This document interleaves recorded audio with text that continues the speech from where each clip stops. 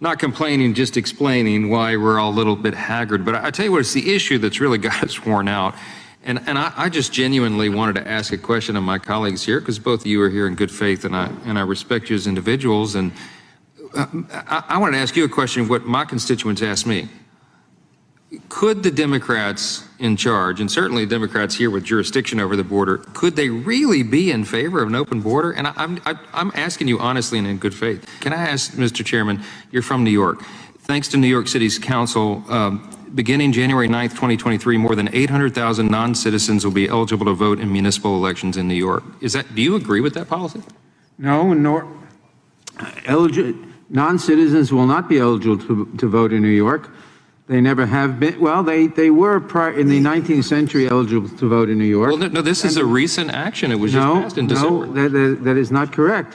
Non-citizens have not been eligible to vote in New York, or as far as I know, in any other state since the 19th century. That's not true. The New York City Council voted in December to allow this. It begins January 9, 2023. Cities in Vermont and Maryland already allow this, and similar measures are under consideration in Illinois, Maine, and Massachusetts right now. If the gentleman will yield? Yes. I believe those are considerations of allowing votes in municipal elections only. Right, but thank you. That's the point. Everybody wants to know at home, why would they allow this? Guys, they're allowing it because they're going to turn them into voters. They already are doing this in New York City, largest city in America, and this is the plan of our friends on this side to turn all the illegals into voters. That's it, folks. That's what's going on. That's the game. That's why the border's open. That's why they've dropped it. Look, I respect Ms. Lofgren and all her work in this arena. Yes, I'll yield, Mr. Chairman. I'd love to hear what you have to say about this. As a New Yorker, I would love to think that New York is the entire country, but it is not. It is not, and consideration is being given to permitting non-citizens to vote in New York, and I believe in the capital city of Vermont. I forget which that is.